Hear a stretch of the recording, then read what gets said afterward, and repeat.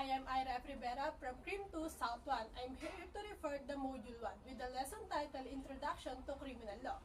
With the lesson objective is to understand the concept and developments of law and criminal law, and identify the relationship between the three inherent powers and three branches of the government, and integrate the theories of criminal law and planning the concept of the law. So, pumunta muna tayo kay criminal law. So, ano nga ba ang criminal law? Ang criminal law is tumutukoy ito sa mga krimen at nagtatakda or nagbibigay sila ng parusa kung sino man ang lalabag. Next is crime. Si crime naman is itong act or omission na pinagbabawal at pinaparusahan ng sino mang lalabag dito. Dito na papasok si felony at si offense. So, sino ba si felony? Si felony, ito yung mga krimen na nakatakda sa Revised Penal Code. For example, murder, theft. So, si offense naman, ito yung mga batas, ito yung mga krimen na nakatakda sa special laws. For example, illegal possession of firearms. So, pumunta naman tayo sa three inherent powers of the state, which is the police power, power of eminent domain, and the power of taxation. So, pumunta muna tayo sa police power. Si police power is siya yung nagbibigay ng punishment at gumagawa na rin ng batas and regulations para sa ikabubuti ng lahat. Next is the power of eminent domain. Si power of eminent domain naman, ito yung kukunin ng gobyerno mo, kukunin ng gobyerno ang lupa mo, pero babayaran ka nila. Gagamitin nila ito para sa public, para sa lahat. For example, is yung bakuran mo is pwede nilang kunin para mapalawak ang expressways. Next naman is power of taxation. Si power of taxation is ito naman yung pagkuha ng buwis sa mga tao or sa mga taong may negosyo para gamitin pambayad sa gobyerno or para na rin sa public needs. For example, yung mga public teachers, dito kinukuha yung pinapasweldo sa kanila. For example, gusto rin magpatayo ng mga buildings like schools, hospitals. Dito yung papasok sa power of taxation. So, pumunta naman tayo sa government, sa branches of the government, which is the legislative branch, executive branch, and the judicial branch. Pag sinabi nating legislative branch, sila yung gumagawa ng batas. So, sino nga ba sila? Sila si Senator or the House of Representative. Next, the executive branch. Ito naman yung nagpapatupad ng batas. Sino sila? Which is si President. Next is judicial branch. So, si judicial branch naman, sila yung nagpapaliwanag ng batas or nagpapasya kung constitutional ba ito or hindi. Next is pumunta naman tayo sa mga theories, which is the classical theory, positivist theory, eclectic or mixed theories. Pag sinabi natin classical theories, dito is yung may free will yung isang tao na gawin or malaya siyang gawin kung ano yung gusto niya. Pero dito, binibigyan na siya ng punishment. Dahil sa theory na ito, alam niya na yung tama at mali. Dito is kung ano yung ginawa mong krimen, is ganun din yung ibibigay sa yung parusa. Kaya nga, eye for an eye, tooth for a tooth. So, pumunta naman tayo sa positivist theory. Si positivist theory naman is dito nagiging nakakapag-commit ng crime ang isang tao because of society na kinabibilangan niya. Dahil na-adapt niya, pwede niyang ma-adapt yung behavior kung saan siya nag-i-stay, kung saan siya nakatira, ganun. Si eclectic or mixed theory naman is the combination of classical theory and the positivist theory. So, sa eclectic or mixed theory is meron ng punishment or treatment na binibigay sa isang tao na nakakapag-commit ng crime. This is the Module 1. Thank you for listening. Good morning, ma'am. I'm Rebel Jasmine Maris S. I'm here to discuss the Module 1 of Criminal Law Book 1. The title is Sources and Limitation of Criminal Law, with the lesson objectives of identify the sources of criminal law and explain the theories in criminal law, punishment, and sentencing. The first one is the sources of criminal law. We have three. The first is Revised Penal Code, also known as felony. Second one is Special Penal Laws, also known as offense. The next one is Presidential Decrees. This presidential decrees is ginagamit during the martial law sa pamumuno ni Ferdinand Marcos Sr. The next one is Article 3, Section 22, the Bill of Attainder.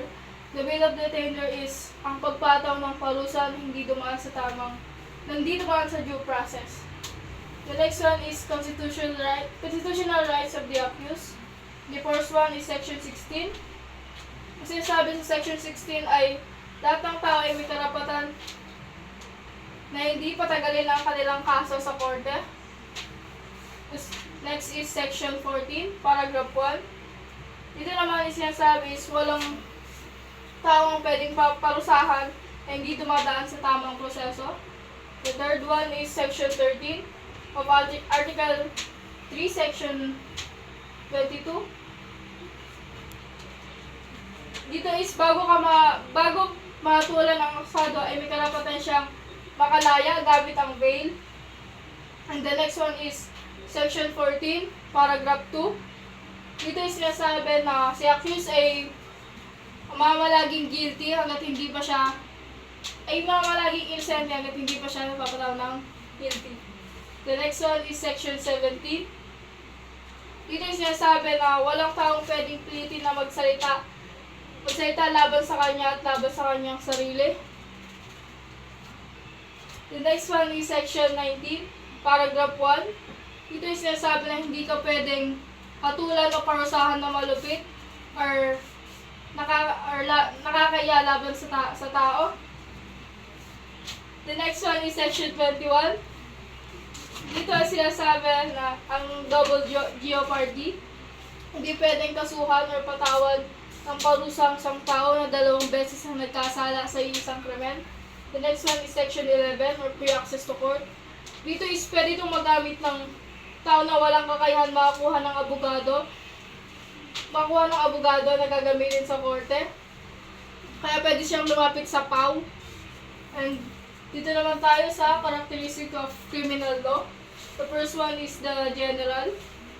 General is lahat ng nakatira or naninirahan sa Pilipinas ay liable sa criminal law ng Pilipinas. The next one is territorial. Territorial is halimbawa ay nakomit ka ng crime sa airport ng ibang bansa, pero liable pa rin yung nakomit ka ng crime dito sa Pilipinas. The next one is perspective. The perspective is no looking back. Dito naman is focus sa future, hindi sa past. And dito naman tayo sa 4. The first one is malainse. Ang malainse ay likas na masama or inherently evil. Ang example nito is murder, robbery, and homicide. The next one is mala prohibita. Ang mala prohibita ay pinagbabawal lang kasi may batas na nagbabawal dito. And the third one is mens rea. The mens rea is the guilty of mind.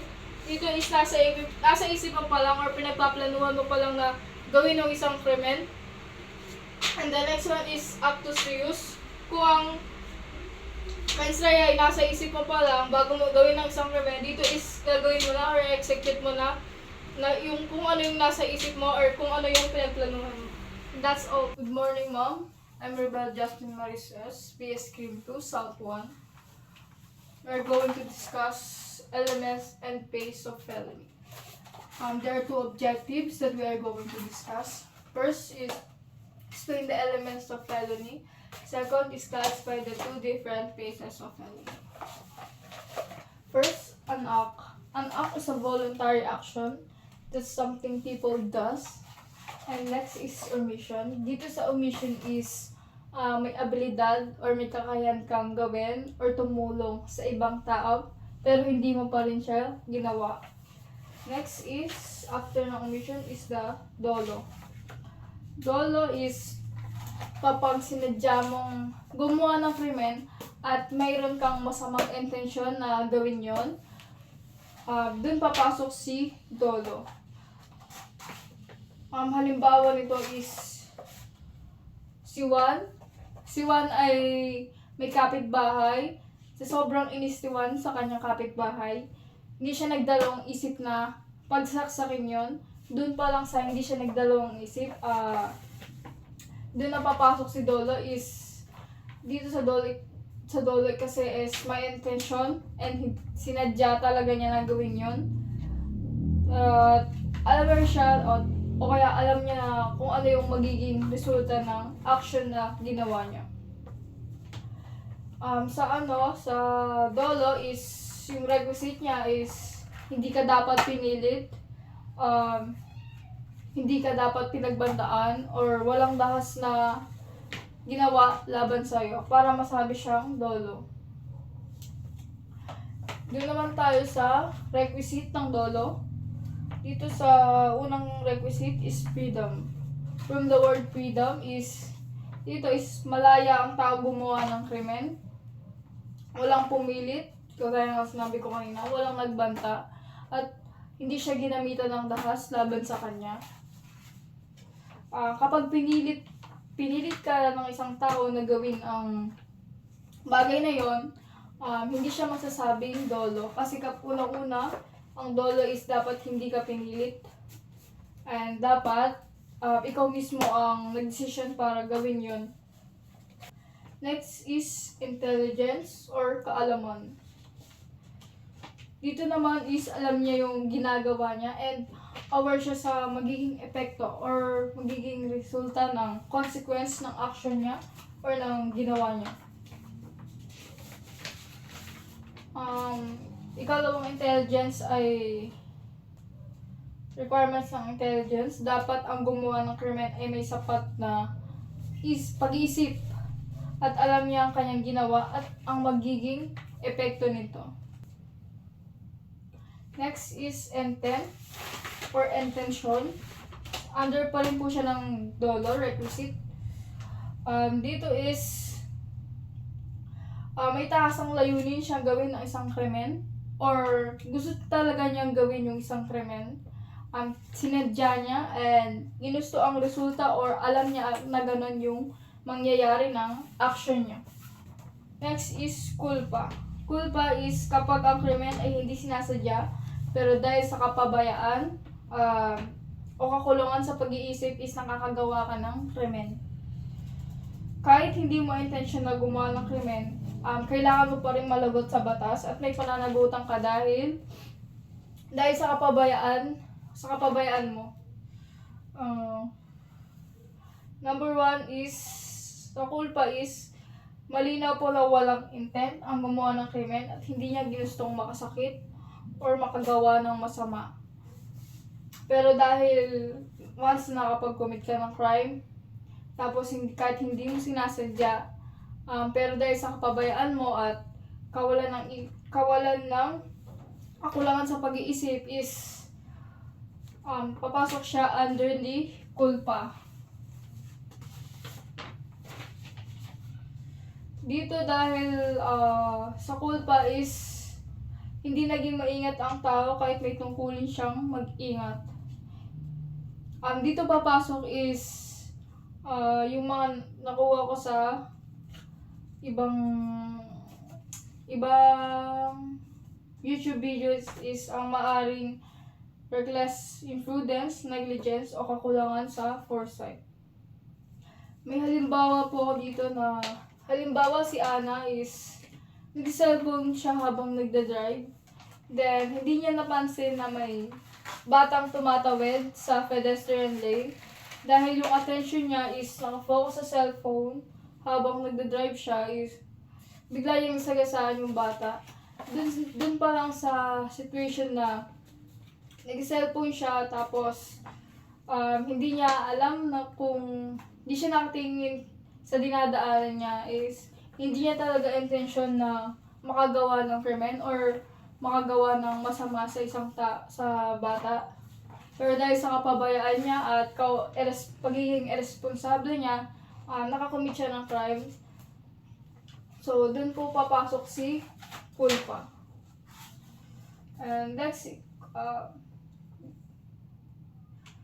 is crime. Crime is an act or omission punishable by the law. Dito isang krimen nga na nagawa mo or nakasakit ka ng tao or may ginawa kang masama sa lipunan. Dito papasok si crime. Next is the offense. Offense is punishable by special laws. Example dyan is legal drugs. Yung illegal drugs is under siya ng offense. And dito naman sa misdemeanor is violation siya under the city or the ordinance.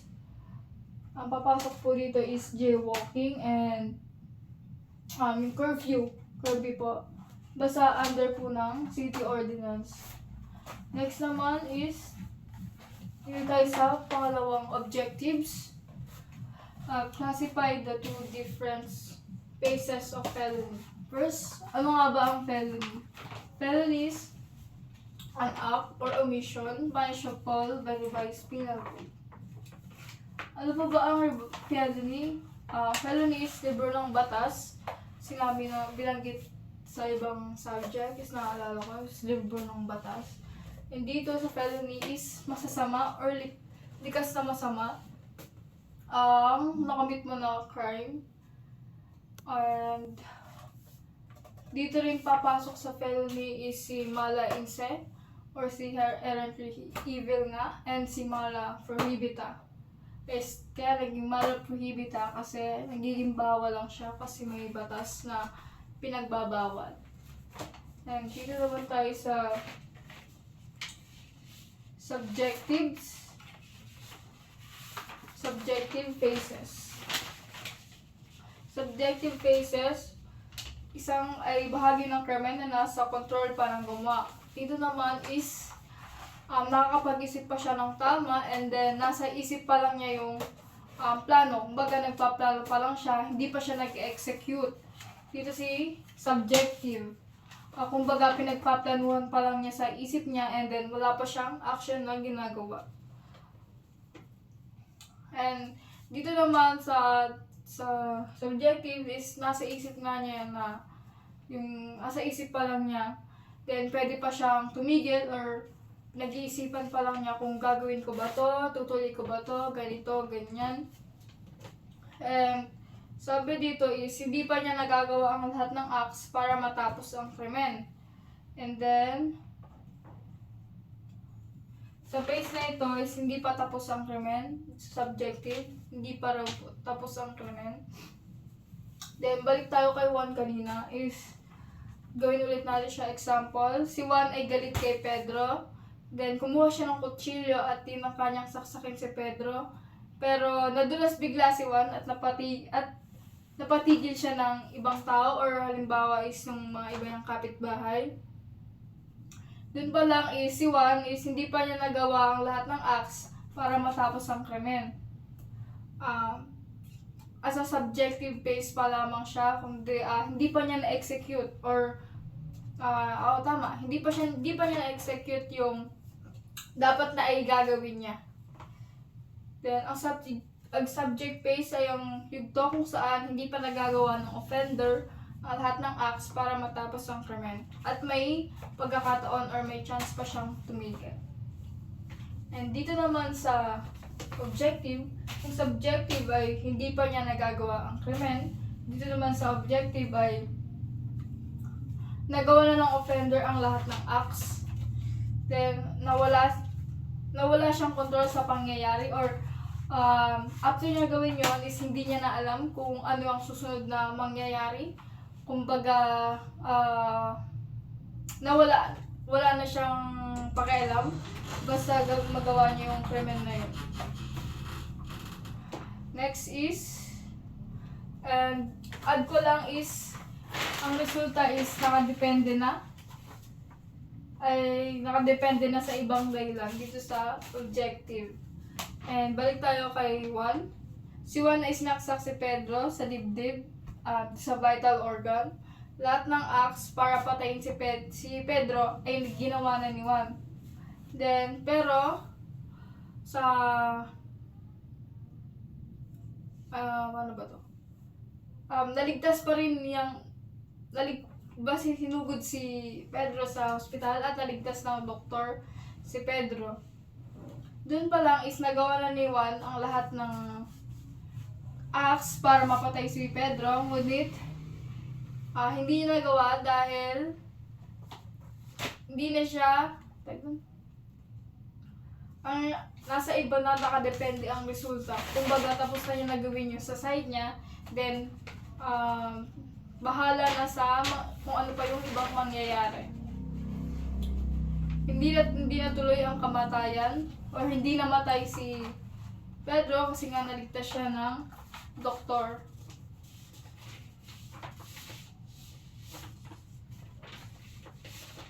Next is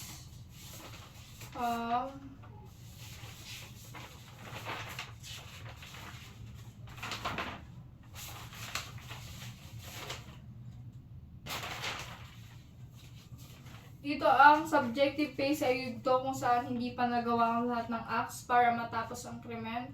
Samantalang objective phase ay kung saan nagawa ang lahat ng acts at wala sa kontrol ang offender sa magiging resulta. Dito naman tayo sa manner of committing a crime.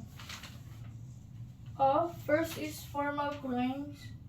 Ang formal crimes ay natatapos mismong paggawa ng act kahit walang aktwal na pinsalang naganap or walang resulta. Dito, hindi mahalaga ang resulta, ang paggawa ng mismo ang pinaparusahan, and walang attempted or hindi frustrated stage sa karamihan ng formal crimes. Yes, I'm going to pull it natin example si Juan. And then si Juan is nagbanta kay Pedro. Sinabi niya na, papatayin kita bukas, ganito, ganyan. Then, kahit walang nasaktan, natapos na ang krimen sa mismong pagbabanta niya. Kumbaga, doon niya nalabas na papatayin kita, ganito, ganyan. Doon natapos ang krimen is pinagbantaan niya pero walang naging resulta or walang aktwal na pinsalang nagawa kasi pinagbantaan lang naman niya si Pedro at hindi niya at wala siyang action na ginawa. Next is sa material crime. Dito naman is ang material crime ay na hindi natatapos hanggat walang aktwal na resulta tulad ng pagkamatay or pinsala.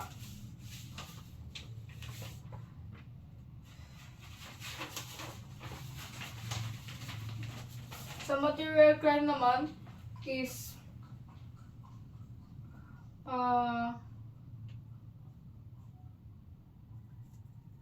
hindi daw natatapos hanggat walang aktwal na resulta tulad ng pagkamatay at o pinsala. Kung sa formal crimes is kahit hindi na kailangan ng aktwal or pinsalang naganap, dito is kailangan mismo na mamatay or may magawa niya yung action at makita yung resulta ng ginawa niyang krimen. Halimbawa ulit si Juan na pinagbantaan niya na papatayin niya kinabukasan si Pedro, and then ginawa nga niya yon. Dun papasok and then namatay si Pedro. So dun papasok si material crimes kasi nga meron resulta or may pinsalang nangyari may pinsalang nagawa. Good morning, Ma'am. I'm Rebel Jasmine Marices, BS Cream 2, South 1. I'm going to discuss the Module 4 of Criminal Law. The title is Dolo and Culpa, Motive and Intent, and Ways of Incurring Criminal Liability. In this module, we have two objectives. Differentiate dolo from culpa and motive from the intent, and explain of incurring criminal liability. The first is differentiate dolo from culpa. The dolo is intention of acts. From the word intention is intention mo kung bakit mo nagawa ang isang krimen. As dito is hindi ka pinilit or walang pumilit sa'yo. Ang intention mo talaga na gawin ang isang bagay. Next is culpa. Kung sa dolo is intention mo or may intention ka na para makamit ang isang bagay or isang krimen, dito naman sa culpa is wala. Pero dahil sa kapabayaan mo is nakapag-commit ka ng krimen. And dito naman tayo sa motive and intent. The first one is motive. And the motive is the reason behind the act. Is kung ano nga ba ang dahilan kung bakit yun yung naging intention mo para gawin or makomit ang isang krimen. And next naman is the intent. From the word intent is intention. And ang ano naman niya is the purpose behind the act. Is, ano nga ba ang purpose? Diba ang purpose is layunin or pakay? So, ang sinasabi dito is kung ano nga ba ang naging layunin or naging pakay mo para makomit or magawa ang isang act. Ang example dito is pagnanakaw. Is ang motibo mo is nagnakaw ka. Ang motibo mo is kuhanin ng pera. Ang naging intention mo or naging purpose mo para magawa yon is dahil sa kahirapan. Okay? And lipat naman tayo dito sa explain of incurring criminal liability. Article 4 of Revised Penal Code is criminal liability. Ano nga ba ang criminal liability? Ang criminal liability ay ang pananagutan ng isang tao sa batas kapag nakakomit or nakagawa siya ng krimen or labag sa batas. Kailan nga ba nagkakaroon ng criminal liability? Nagkakaroon ng criminal liability kapag may ginawang act or omission. And pangalawa is, ginawa ito sa pamamagitan ng dolo and culpa. Is may intention. Dito naman is wala kang intention, pero dahil sa kapabayaan mo, is nakagawa ka ng krimen. Next naman, dito naman tayo sa may hindi ako nalagay dito pero i-discuss na rin natin. The proximate cause. Ang proximate cause ay pangunahing dahilan or pinsala, yung natural or tuloy-tuloy na sanhi ng resulta, walang independent cause na pumagitna. Halimbawa dito is, tinulak mo si A. Tinulak ni A si B habang bumaba sila sa hagdan. Then, ang proximate cause naman is ang pagtulak ni A. And after naman niya tinulak si B is nabalian ng leeg si B at namatay. Kahit hindi niya sinadya ang kamatayan is liable pa rin siya kasi dun pumapasok ang kulpa. Dahil sa pabayaan mo is nakagawa ka ng krimen or nakakomit ka ng crime. Ang proximate cause ay pangunahing sanhi ng pinsala na direkta at tuloy-tuloy hanggang sa nangyari na ang resulta. Next naman is immediate cause. Ang immediate cause ay pinakahuling pangyayari bago mangyari ang pinsala. Ito ang agarang sanhi pero hindi laging basehan ng liability. Ang halimbawa dito is si A ay sinuntok si B at nawala ng balanse si B. Nadapa at tumama ang ulo sa semento. Then, namatay. Ang immediate cause doon is ang pagkauntog ni B sa semento. And ang proximate cause naman or ang unang dahilan or unang sanhi is ang pagsuntok ni A. Kaya si A pa rin ang mananagot. Dito naman tayo sa criminal liability. The first is error in personnel. Dito is nagkamali ka ng taong tinarget. Is mali ang taong tinarget mo. And bibigyan ko ng halimbawa is maling taong tinarget mo. Gusto ni A patayin si B pero si C ang napatay niya. Dahil nagkamali siya ng pagkakilala. Doon papasok si error in personnel. Gustong targetin ni A si B, pero ang na-target niya is si C. Dahil sa hindi niya nakilala, si C ang kanyang napatay. So, doon pa lang is liable siya kasi may intention siya na gawin ng isang act. Next, doon naman sa aberratio ictus. Sa aberratio ictus naman is tama ang target, pero mali ang tinamaan. Kung si error in personnel is mali ang target, ay si naman is tama ang target, pero mali ang tinamaan. Mananagot ka sa lahat sabi dito is mananagot ka sa lahat ng natural na resulta ng act na ginawa mo. Halimbawa is binato ni A si B, pero tumama kay C. is tama ang target niya, pero mali ang tinamaan niya, so criminal liable pa rin siya. Is liable pa rin siya sa krimen. Next naman is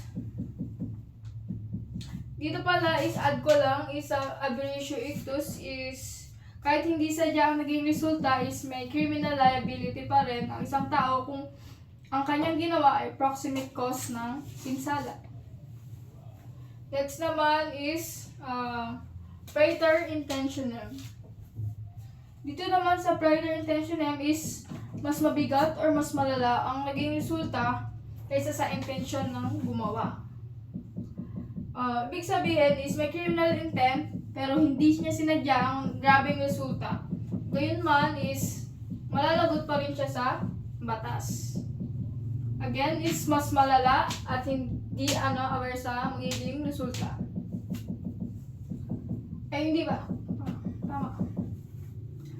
Na ang praeter intentionem ay nangyari kapag akusado ay may masamang intensyon ngunit ang naging pinsala ay mas grabe kaysa sa kanyang inaasahan or gusto. Dito naman is lumalabas is unexpected ang pangyayari or ang resulta ng nagawa niyang action. Halimbawa is si A at si B ulit. Gusto lang ni A na takutin si B. Then tinulak niya ito ng bahagya at natumba si B. Then namatay sa hagdanan, nahulog sa hagdanan. Sorry. Ang immediate cause ay huling pangyayari. So, gusto lang ni A na takutin si B. Then, after niya magulat, biglang nalaglag si B sa hagdanan. Doon naman is hindi niya inaasahan na malalaglag si B sa hagdanan. Doon pa lang is unexpected na ang pangyayari. So, doon papasok si praeter intentionem. Is Article 4, Paragraph 2, the impossible crime. Ang requisite ng possible crime ay kung ang ginawang act ng isang tao ay papasok sana bilang krimen kung sakaling ito ay nagtagumpay. Pangalawa is dapat may criminal intent or evil intent ang gumawa ng isang krimen. And next is hindi natuloy ang krimen dahil imposible talaga or walang bisa ang ginawang paraan. Next is inherent impossibility. Sa inherent impossibility ay ang krimen ay imposibleng mangyari dahil sa kanyang likas na kalikasan or kahit anong gawin ng offender is hindi talaga or impossible mangyari ang krimen. Next is legal impossibility. Kahit magawa ng buo ang balak na act pero hindi pa rin ito magiging krimen dahil or ayon sa batas. Okay? Next is, the last is physical or factual impossibility. Dito naman is ang krimen daw ay possible na mangyari pero may palabas na pangyayari na hindi alam ng offender o wala sa kanyang kontrol. Halimbawa dito is si Ana gusto magnakaw ng pera sa bag pero nung pagbukas niya ng bag is wala naman talaga naman yung bag na pera. So dun pa lang is may panlabas na pangyayari na hindi alam or hindi aware si offender. Good day everyone, I am Ira F. Rivera from CRIM 2 South 1. I'm here to discuss the stages of commission of the felony. With the lesson objective is to understand the stages of commission of the felony and apply the concept to cases. In Article 6, attempted felony, frustrated felony, and consummated felonies are formal crimes. We have the two phases then. This is subjective and the objective. Pag sinabi nating subjective is kaya mo pang kontrolin yung ginagawa mo or yung sarili mo. Pag sinabi naman nating objective is hindi mo na kayang kontrolin yung sarili or yung ginagawa mo. Is pumunta naman tayo sa stages of felony. First is the attempted felony. Sa attempted felony is hindi lahat ng acts of execution is na-perform mo. For example, si Mr. A is pinaputok yung barel, ngunit pumalya. This is a subjective phases. Next is the frustrated felony. So, frustrated felony naman is ginawa mo na lahat ng acts, ngunit hindi pa rin ito naganap.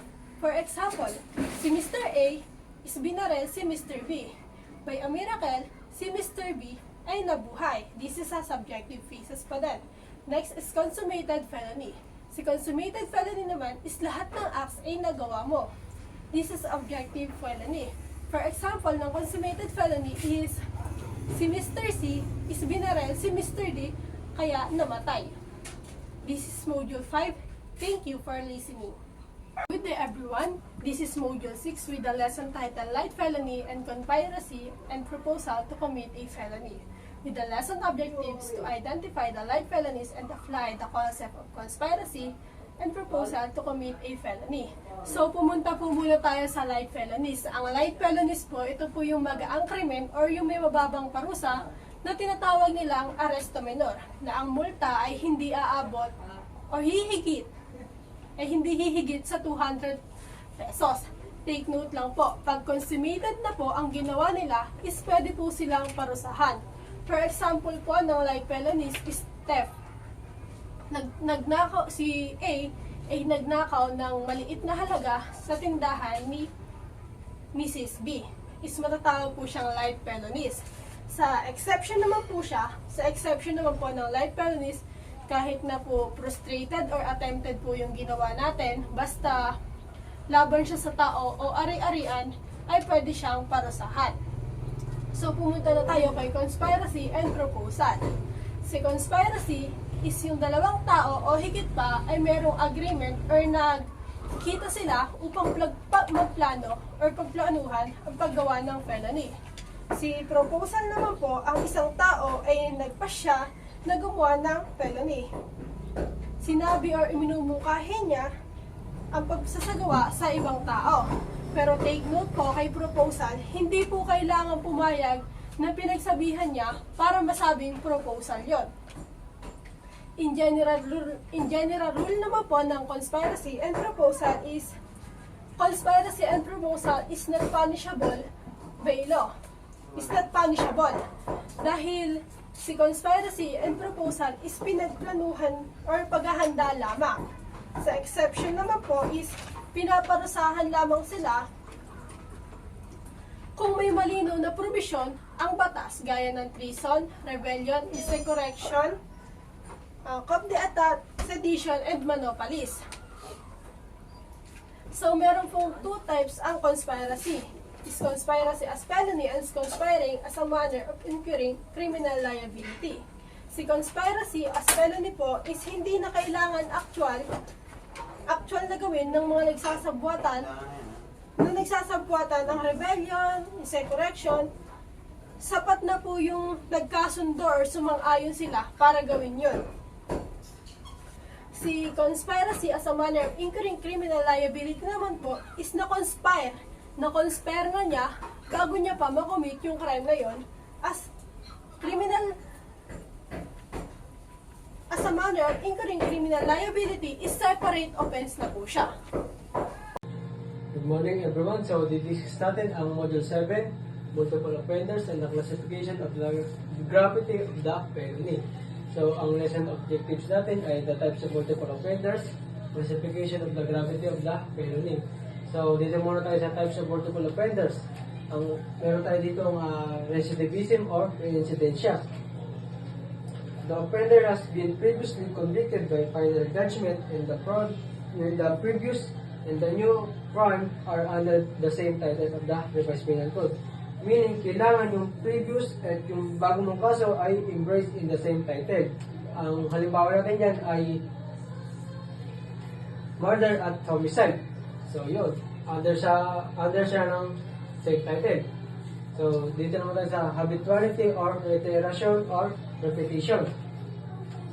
The offender has already served the sentence for a previous offense. The previous and the new offense are not under the same title of the Revised Penal Code. So, dito, na-serve mo na yung una mong sentence. So, nakalaya ka na. Tapos, gumawa pa ng panibagong crime. Kailangan hindi siya same title ng una mong kaso. So, hindi katulad ng recidivism na kailangan yung una at yung pangalawang kaso mo ay under the same title. Dito naman tayo sa quasi-recidivism. So, ito naman ay isang special aggravating circumstance.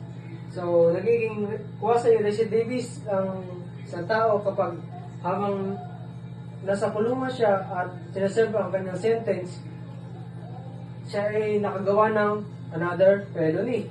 So, dyan papasok ang quasi-recidivism. Dito naman tayo sa habitual delinquency. So, within 10 years from the date of the release, kailangan hindi ka makakomit ng crime na pasok sa pretzel. So, kapag nakakomit ka ng crime na pasok sa pretzel, so ano nga ba muna ang pretzel? So, falsification, robbery, estafa, theft, serious physical injury, and death physical injury. So, kapag nakakomit ka ng crime na pasok sa pretzel, dyan papasok ang habitual delinquency. So, dito naman tayo sa classification of the gravity of the felony. So, Article 9, grave felonies, less grave felonies, and light felonies. So, grave felonies, also known as afflictive or capital punishment.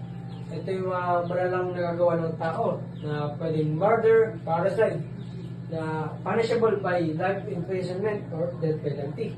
So, dito naman tayo sa less grave felonies. So, ito naman, it is punishable by 1 month and 1 day to 6 years. Ang example naman yan ay estafa.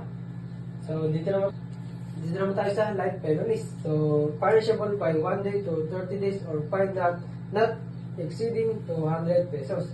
So, ang example natin dyan ay slight physical injuries. Ito yung sugat na ilang araw lang ay magaling na.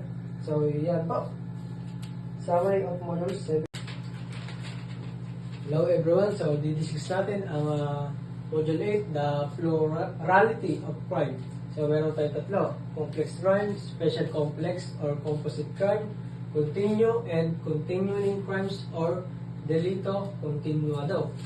So, meron tayong 2 kinds of complex crime. Ang isa ay compound crime, when a single act constitutes 2 or more grave or less grave felonies. So, ito sa isang action mo, marami ang nadamay. So, ang halimbawa dyan ay throwing grenade to a lot of people at maraming napatay. So, that produce 2 or more grave or less grave felonies.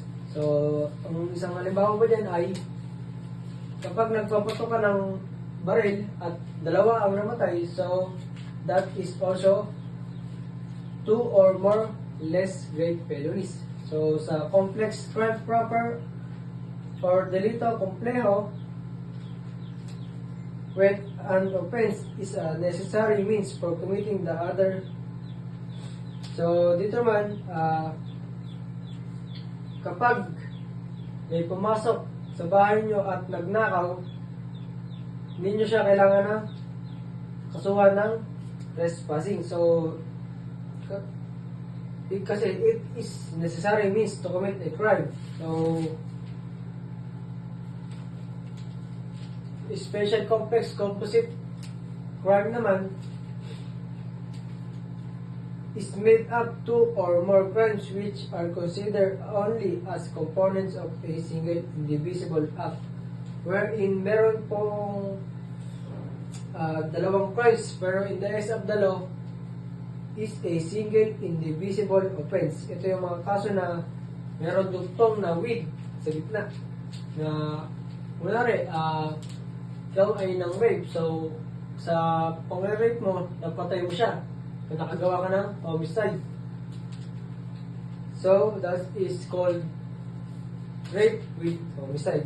So, dito naman tayo sa continue and continuing crimes or delito continuado. So, meron tayong dalawa, continue and continuing. Sa continuing crime naman, a single crime consisting of a series of act all arising from one criminal resolution. Like for example, ngayong araw, kinuha ko ang manok ni A. Tapos, nilakaw ko rin ang manok ni B. Tapos, kinuha ko na rin ang manok ni C. So, that is continue crime. So, tuloy-tuloy. So, dito naman tayo sa continuing offense. So, ang example naman natin dito ay ingredients of the crime occurred in the different places. So, ang example dyan ay kinidnap po si A. Dinala mo siya sa Visayas. Dinala mo ulit siya sa, sa Mindanao. So, that is continuing offense. So, that's it. The module 8, the plurality of crime.